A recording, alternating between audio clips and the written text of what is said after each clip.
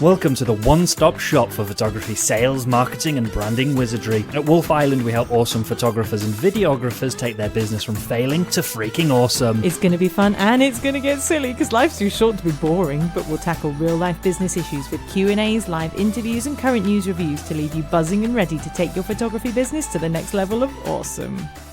Welcome everybody to the Wolfe-Island podcast. It's wonderful to have you. It's Matt and SJ here. And this week we're going to be talking about perseverance in your business. Well, we just thought you would like to know some of the personal stories of that hard slog in the early years of building business. Because in the Wolfe-Island Photography Business Exchange, we've been talking this week about just that hard slog that you face at the early years of building a business. And so we just thought it would be encouraging for you to hear, because a lot of people see us with this successful photography business, traveling the world and photographing these amazing people and living this amazing lifestyle. But it wasn't always like that for us. It definitely wasn't. Extremely hard. Now, it's been a bit easier for me because I started a few years after Matt. We've had separate photography businesses. And I started a few years after you, didn't I, Matt? A few years after. I taught you all you know. Yes, you did, actually. That's definitely not true. Definitely true. But in a lot of ways, I piggybacked on Matt's hard work. So you'd already laid the foundation in a lot of ways, made connections, understood some of the processes, and got the systems in place. So I was able to just piggyback on that and go, oh, how do we do this? And how do we do that? And you'd put in all the hard slog previously to know the answers to that. So I got it really easy in that sense. I brought the next level of branding and sales definitely, and marketing strategy as well. You're always going to think of things that I don't. That tends to be my area, but you always will. Another person will always think of really good ideas. I had some other ideas of marketing that worked 100%. Extremely well. Absolutely. So I brought something new to the table, which actually took your photography business to the next level, as well as my own. But that doesn't negate the fact that those early years, you built that photography business by yourself on your own, and I could not have built a photography business had you not done that hard work. And you know what you're thinking? I'm just remembering photographing packets of spices for my goodness, I remember that Asian supermarket. Yeah, one time. and I think it's reminding me. So I was a molecular biologist, research scientist for a little while. I got a bit bored of that because I wasn't a very good scientist. I'm not as clever as people try and say I am. I think certain things. And then I became a teacher after that for a very short period, for about a year. But that whole time I was gearing up towards being a photographer, and so working through that process, especially that early part, was probably the most difficult part because I essentially had no clients for about 2 years. Now, I was very fortunate. At the time, I didn't think about this fact, but actually I had a part-time job or a part-time business going along on the side because I had all my science degrees. I could teach A-level, which is our sort of high-level exams. I could teach people that stuff, and I had a business teaching and students, that being a tutor, and that allowed me to be a photographer very much part-time and figure out the business. And it was a difficult time, but I was able to survive just about through that process. Because it was quite a long process of working out. 2 years, you were teaching I think. yourself how to do all of this. 3 years until it actually really took off. Yeah. Your photography business, because you didn't have any leg up. You hadn't done any courses. Nobody had taught you how to do anything. You were teaching yourself. Yes. And this is why I really wanted to do this podcast episode, because I want you guys to be able to hear something of Matt's story, because I have never known somebody with so much stickability. Yeah. Perseverance.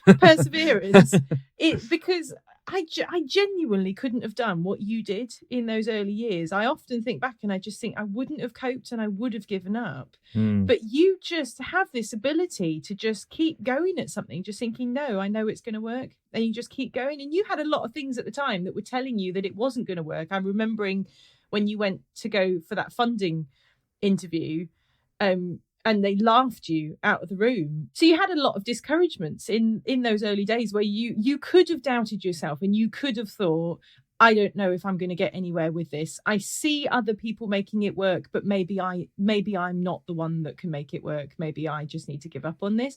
But you never did. And you had dark moments, but you never gave up. You kept. And I would love to actually just talk to you on this podcast episode about what was it that kept you going in those early years. Like, how did you, when you had knockbacks and setbacks, and we're going to talk about some of those knockbacks and setbacks that you had in those early years, what was it that actually made you keep going?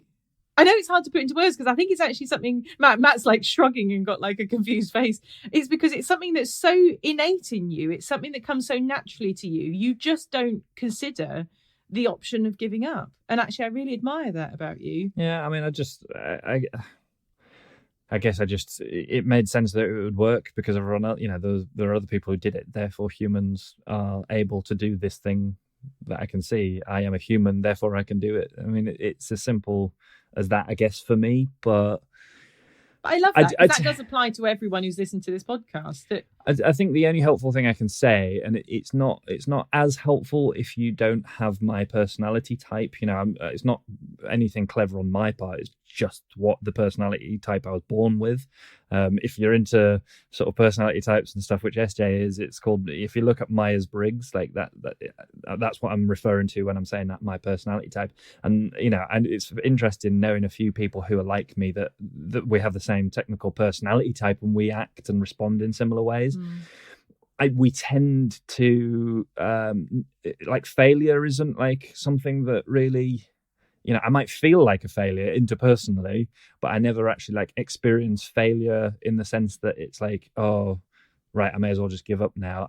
I usually see failure as just an opportunity for growth, or it's either somebody else's fault, or it's my fault. And if it's my fault, that's great. It's actually better if it's my fault because I'll be able to very easily see what I could do different next time. But so what if you can't see what to do different next time? Because that's what the situation that a lot of new photographers are in, is that things aren't working out the way they thought it would, but they cannot see how to put it right. Yeah. Did you have moments like that where you just thought, I can't see what to try next. I can't see what's going on. No, not really. So you always knew what the next step was. You always knew. Well, I always knew what the next step was which is if I'm in a cloud of like, oh, I'm not really sure like what practical thing to do next, then I need to read around and research. That's the reality. That's the next thing. If you're stuck, then you need to go find out. And that means asking people questions, which can be difficult because a lot of people aren't forthcoming, understandably, because they don't know you. And sometimes you get mixed messages as well. Yeah. So I think the priority with that is make friends. Make friends in an industry that you're struggling with, because somebody else will have the answer.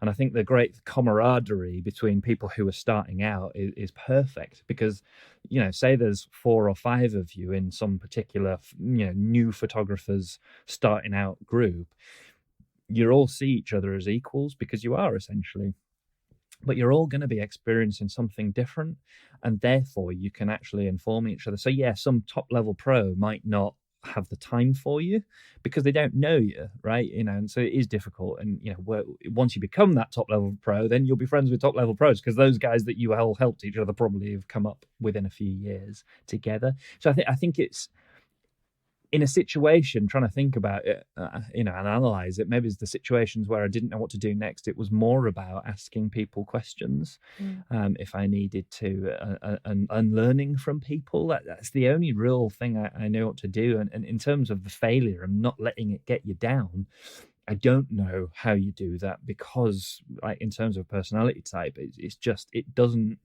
really get me down, but I do totally understand that it does get a lot of people down. So I think figuring some way out of dealing with failure, and I do think, or things not working, failure's the incorrect word, I feel. Other people are very much a solution to that. Thomas Edison said when he was making the light bulb, he said something like, I didn't, because he had like 99 failed, right? Something like that. And he said, I didn't fail 99 times. I found 99 ways not to make a light bulb. Yeah, that's right. Like yeah. And it's that idea, actually, it's not failure.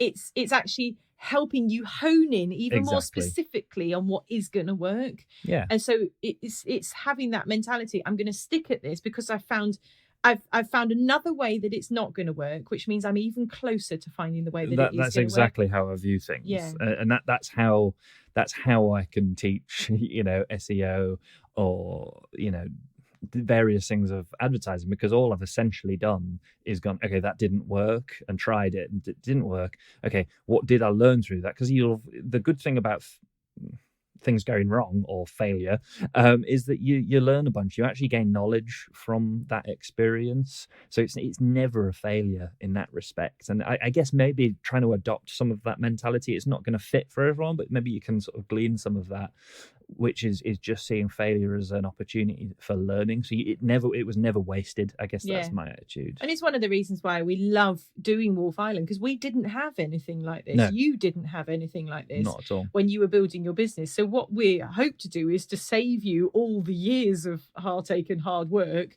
and trial and error that you went through, try and save you that, and just let you know what we found on that journey, what works, what doesn't work. Because we lost a lot of money in those days being scammed by companies. Well, I remember. So obviously, I'm happy to try things. I think that's the other thing. I'm just happy to try it, and I'm not going to be hurt if it doesn't work. So I remember I guess it was an email or a phone call from one of these back in the day. This was back in probably 2012. Maybe 2012, 2013 time. Yeah. No, 2012. 2012. So it was, a phone call about a company that would essentially manage your Facebook page. I don't know that Facebook advertising existed back then. I don't think it did. So I remember that Facebook was a hard slog at that time, like trying to build your Facebook from scratch with nothing. With nothing. So when we got this email, like, oh, we can help build your Facebook page, it was like, this savior. I'm not even sure I saw it as a savior, because I think already by that point I'd had the attitude of anything unsolicited, i.e. if they approached me, was dubious at best, and that's definitely true. So but there was something about that email that made us go, it could be. So all the stuff that they offered to do, they said they were going to do this, they're going to do that, and I think it was like £1,000, something like that. Yeah, it was £1,000, which we were newly married at the time and had like no money, so it was a lot of money. So it was a crap shot in the end. So they offered to do this, that, and the other, and I think they did. Maybe it's like 10% of the things that they promised. So much so that when I'm still calling them, trying to get them to do stuff that they promised they were going to do, I'm starting to think, right, I know where their offices are. I'm thinking about driving 3 or 4 hours to their offices and like going there in person, to get them to do the things that I'm doing. But I came to the conclusion that it wasn't worth wasting my time, because I was starting to figure some of the things out for myself. But through that experience, again, it's a learning point. Yes, it was a waste of money, and somewhat, yes, maybe I should have known better to not hire somebody like that. The reality is I learned for definite, don't respond to unsolicited stuff. It's always rubbish, generally. So if you find it, that's worth something. But if they get in touch with you out of the blue, it's a waste of time. So even that is a learning process. But it also gave me the confidence to know that what I was doing, my strategy for Facebook, was actually the thing that was going to work. It was going to take some time. That's the thing, because what it did was it let you know that there is no magic pill, there's no magic fix to the hard slog of building the business. What you needed was good strategy, which is what you created and what we now teach. Yeah. But actually, that still takes effort. It takes work. It takes focus. It takes organization, and it's just that I think it just put to death that idea that maybe there's just some instant fix that suddenly overnight your business is just going to explode. It doesn't happen like that. It can happen very fast, and we've got academy students that have gone full time in a matter of months. It can happen fast, but it's not an overnight fix, and it doesn't come without hard work and hard slog and a lot of mental discipline. And I think that's what I really love about you, is that you do actually have very strong mental discipline. I think something to remember is, I think we often look at celebrities, right? So like famous actors and actresses, you think, oh, they've put a lot of effort and a lot of work and a lot of skill. They've got a lot of innate talent. And that's why they're A-list celebrities now, and they've been in movies and what have you. That's not true, because there are millions of people who are equally, if not more talented and work hard than they are. Now, the question is then, what made them explode overnight. Well, or not overnight, but explode more accelerate than beyond other everybody people. else. Yeah, and it's all to do with the perfect storm of probability. Essentially, they knew the right people, they'd made the right contacts, they had put the work in, they have the talent. So they do have those things. I'm not absolutely not for a second saying that they don't have those things, but they have a lot of the other things that the sort of, I guess it's almost like, some people will say the stars aligned, but it's not. It's just probability. That's the world is a very big place. There's 8 billion people on the planet. Somebody's got to be at the top. So there's an element of that, and I think we often look at other people and think, "Oh, it's so easy for them." And yes, that part might have been easy for them, and they have got success that seems unfair and a bit almost discouraging. But it's not. Don't take that on board, because that's not what is going on at all. It's just that they happen to have that perfect sort of combination of circumstances that, yes, you don't have, but your story is going to be the one that is better for the people who are, going to follow in your footsteps, and not be the sort of people who get a little bit of a more sort of easy ride with it. So actually, you're doing better than them. Yes, the progress is slower, but as we often say, the roots are deeper. The longer it takes to build something upwards, the deeper the foundation or the deeper the roots, and that's where we're going. When we were starting, when you were starting in photography, we actually had a very good friend who was starting out in photography at the same time. Now, he had an immense natural ability for photography, outstanding work. So he seemed to explode out of nowhere. Suddenly, everyone's talking about him. He's getting awards for being the best, one of the top photographers in the world. He's got top photographers asking him to second shoot for him, and blogs approaching him for his work, and so that could have been very discouraging, because that was not your story. That was not where you were at. But because you had to work so hard to build everything from scratch, you didn't have all the stars align. Like you said, you just had to work really hard at it. Actually, now, in the future, he's saying, like, oh, I think I could learn off you guys, for business. Yeah. Because we've had to learn so much more than he did, because it was easy, which means we've got so many more strategies now to implement, so much more problem solving than we can apply to our business, which means actually we can create a sustainable business that can stand the test of time, because things will change, as fashions ebb and flow. And definitely. And I think that's absolutely right. Thinking of people like that, like I'm like a normal photographer. I'm not like super talented. Like, you won't like be like, oh, you won't know my work or anything in a lot of ways. And that's like 90% of photographers. Do you know what I mean? Most of us are in that boat. And hopefully, I like to think that I'm at the, I'm doing well with my photography. I feel like I produce good imagery. But the reality is, I've had to learn all the other stuff that makes the business work. And that's actually what's important. And for our friends, we've got some excellent friends who are ridiculously good photographers, and we're then able to pass on these business techniques, and that enables them to fly even higher. And that's really nice. Yeah, it's one of the reasons that we started teaching, because we could see these incredible photographers who we considered were better than us by a long shot, and yet they're struggling for work, and we've got more work than we know what to do with, and turning away. Literally, I can turn away up to 150 people a month. Yeah. Because I just don't have the capacity to serve them all.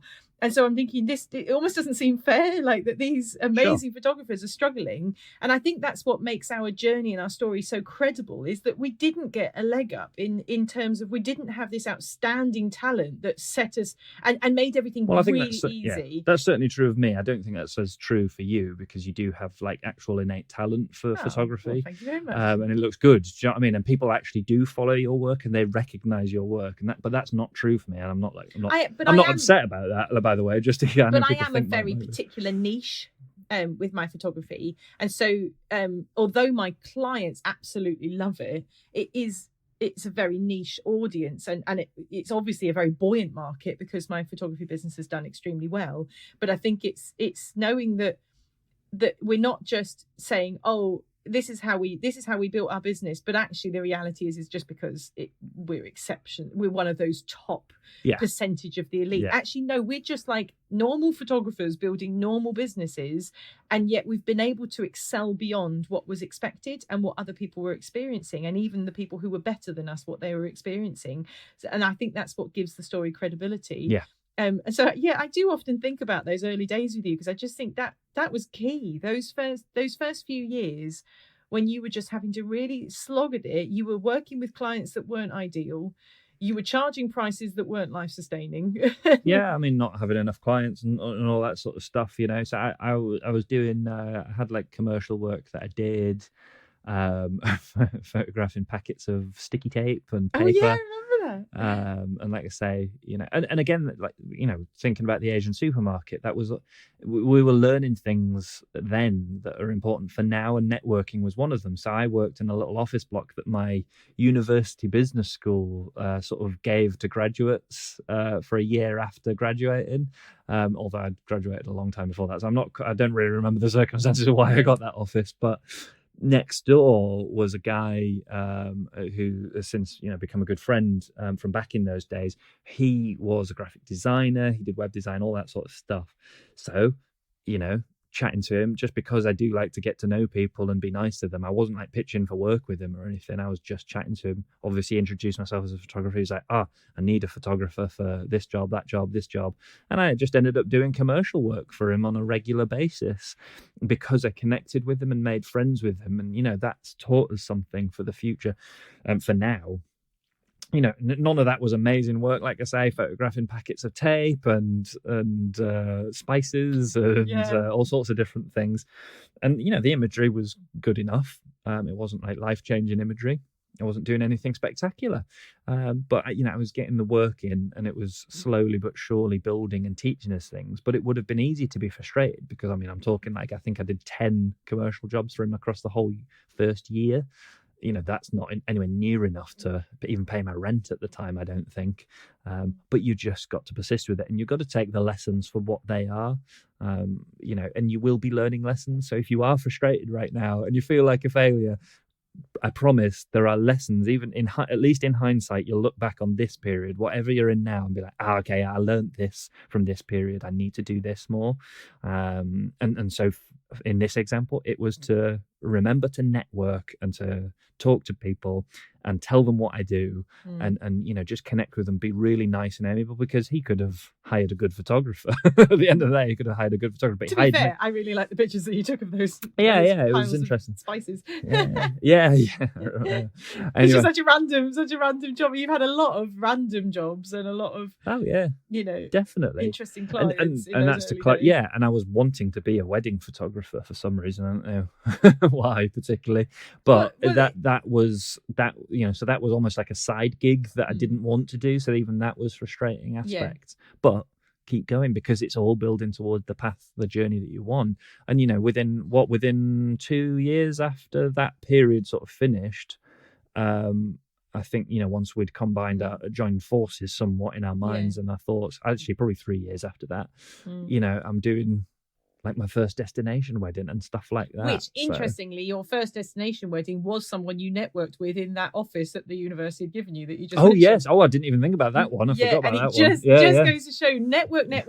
And we're not saying just network with people you think you can get something off. Network with everyone. Make friends with everyone, because you never know where your business is going to come from. That is very true, because actually I connected with other people in that office who've got nothing to do with photography, and they are some of my best friends now. Our best friends. Obviously you didn't know them at the time because but now you know them, and they're our best friends, and they actually turned out to be that first incredible client, and so paved the way for everything else. Tell the people about that. Tell the people. Tell the people. Shouting far and wide. What was it? The Queen of France who said, "Let them eat cake." Who was that? Is that what I sound like? Marie Antoinette. Marie Antoinette. That's it. Let them eat cake. Yeah. Let the people know. I sound like as years old. Let them eat cake. No, I've just gone Scottish. I don't know. Help! What's happening? It's all right. Just abandon it. How come I sound like so posh like the Queen without even trying? And then when I try, I just go Scottish. Yeah, I'm not sure anyone from Scotland would identify that as Scottish, but yeah, okay. Sure. If you don't know this about me already, I am terrible at accents, like terrible. There's nothing wrong with that. There is nothing wrong with being terrible at accents. I'm good at many things. Accents is not one of them. But at least you're honest, and that's it's one of my many good qualities. I am very honest about my failings. I'm good like that. I'm good like that. It's one of our in jokes. Oh yeah, I'm good like that. Brilliant. But anyway, tell the people about that. Actually, those very, very early days. How did you actually get started? Like, who was your first client?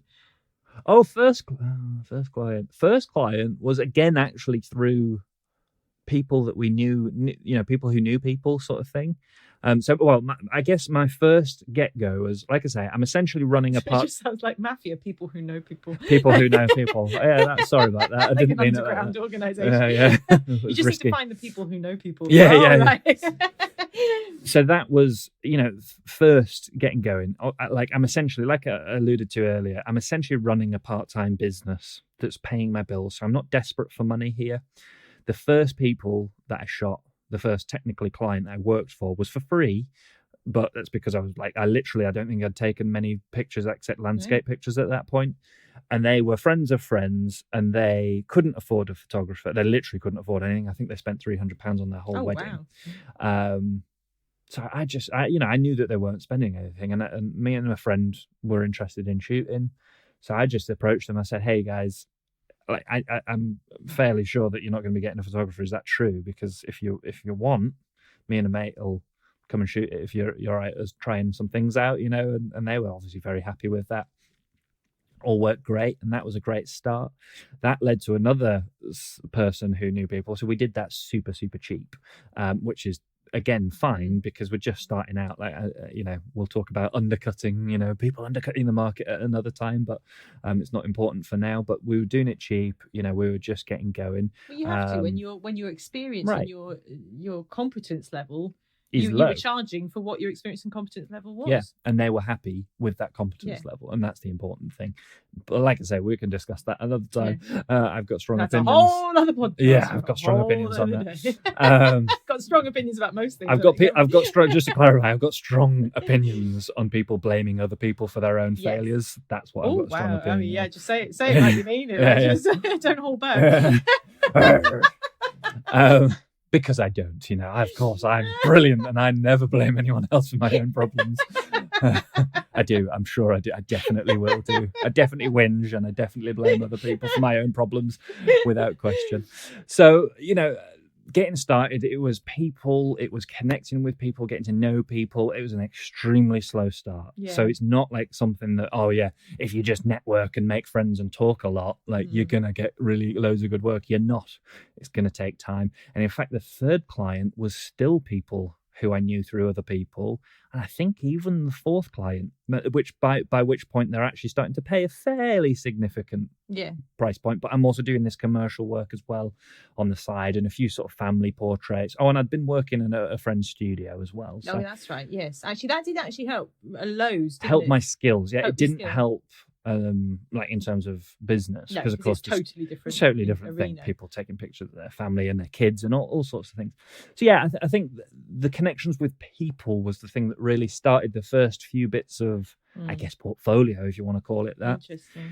The thing that I had been working on the whole time was something that I felt like I could have control over, which was SEO, which was building the website. It was easier back then. Well, not easier because it's actually more streamlined now, so it actually makes more sense now than it did back then. And there are less ways to scam the system now, which actually means that if you just put good quality committed work in, you win. Whereas back then you could cheat the system somewhat anyway, like putting white text in on a white background, and blasting links. No, I never did those things. No, I didn't say.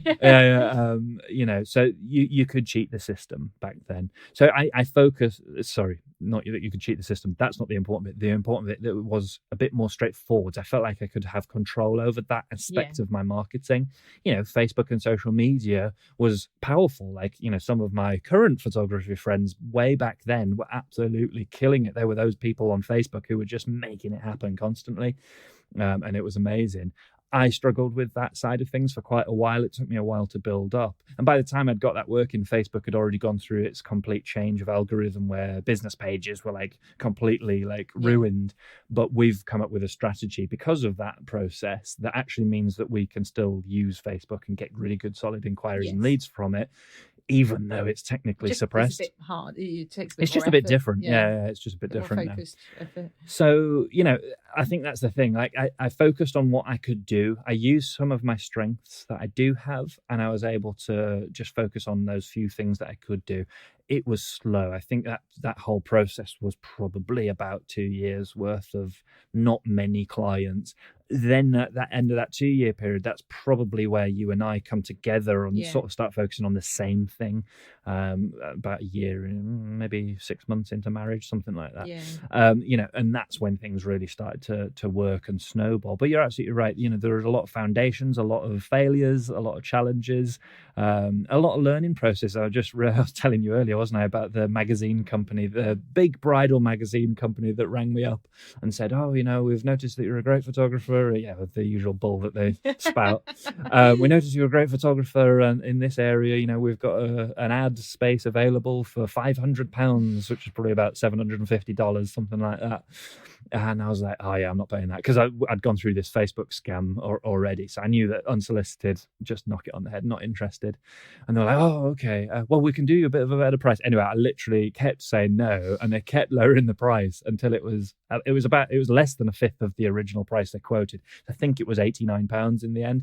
And this is like one of the biggest magazines in the country. So I was like, well, for £89, it's worth me just seeing what, that's pretty cheap. Is there any traction? Yeah, is there any traction for the biggest wedding magazine in the country? And of course there wasn't. But I was very pleased with myself to learn. Again, it's one of those processes to learn just to say no a lot to people. Sound like you're not interested when they're trying to sell you something, and you can barter people down like heavily because the price that they're quoting is just absolutely made out of thin air. So also nice to know that even the 89 was wasted. Even the £89 was wasted. Yeah, so don't advertise in magazines either, unless it's your niche. There's just so many holy grails around, like, oh, pay this and pay that, and we'll get you all these clients. And it's just actually knowing where to put your energies. Put your energy not in trying to find quick fixes and promises of these secret pools of clients. Put your energy into educating yourself. Yes. That's what I've taken from your story. Yeah. Is that you were constantly problem solving. You were constantly, if you've hit a problem and thinking, I feel like this isn't working, my business is failing, you educated yourself. And that is why you need something else. And I encourage so many people this now, and I didn't really connect until we were talking about this.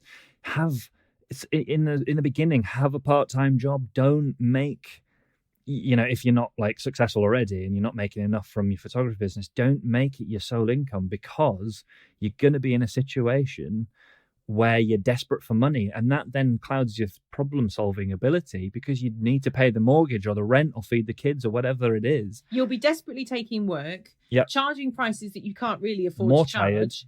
Tired, stressed. And you don't then actually have the space to be able to think long-term and build long-term for your business. So actually, if you have that part-time job, commit to the fact that it's going to be a slower process. Yes. And actually educate yourself. You're going to love your life more. Focus on educating yourself to be able to creatively problem solve whatever you're faced anything with in that comes business. up. Keep going back to that T. The TEA strategy that we gave you a few podcasts ago, where you can actually critically analyze where is the weak link in your business. Just there are tools out there to enable you to be able to take your business to the next level, and it's committing to that's the process. It's the hard slog, it's the creative problem solving, it's the educating yourself. That's what's going to make the difference in your business, not some quick fix, because there is no quick fix. So if you feel like you're having a time of failure right now, know that you can be encouraged. If you persevere, you will get to the other side of this failure, this feeling of sort of just aimlessness and it's not working. There is another side to it. Other people are not more successful than you. They're not doing better. They're not, just because they're posting stuff on Instagram doesn't mean anything. Just ignore that. It's got nothing to do with your life. Your life and your story is more important than any of that. So don't compare yourself. Don't feel frustrated. Don't feel down. Just relax. Figure out how you can persevere, figure out how you can problem solve. If you need to take a part-time job, take one.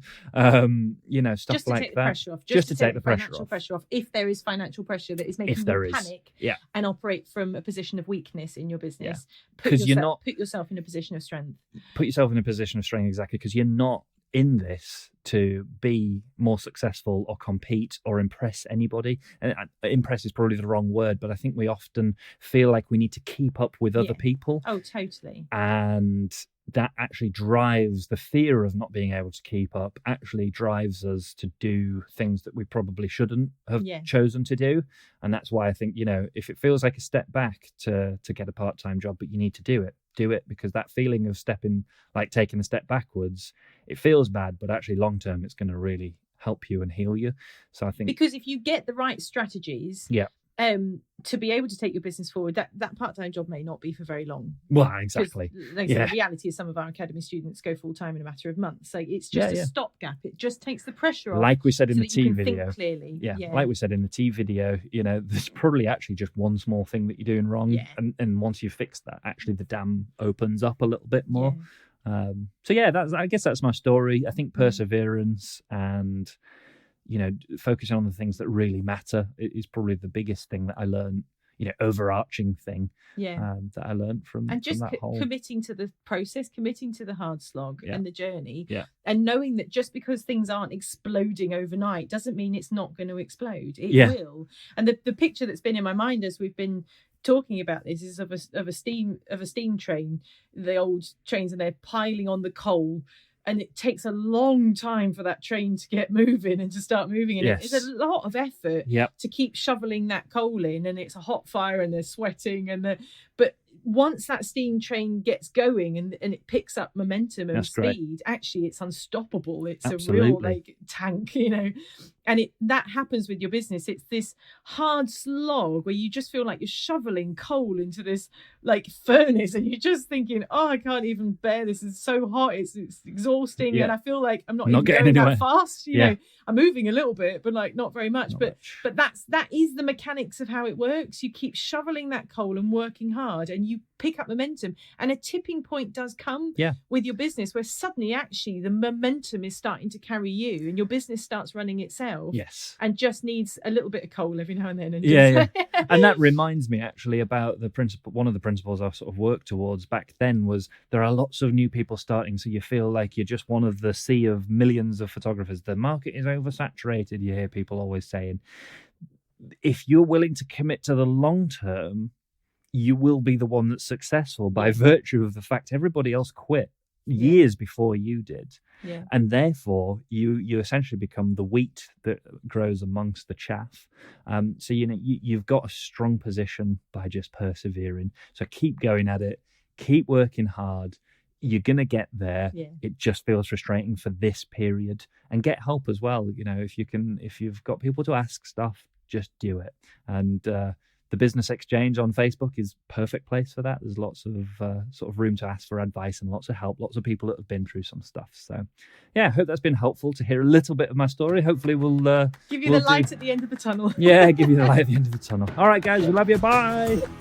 Head over to wolfeisland.com and become a resident to start transforming your photography business into the unstoppable success you deserve. And don't forget the Wolfe-Island Photography Business Exchange on Facebook, where you'll find the best discussions, support and meet other pioneers from around the world. Your dream client is waiting and you've got what it takes. At Wolfe-Island, we're believing that this can be the best year yet for your business.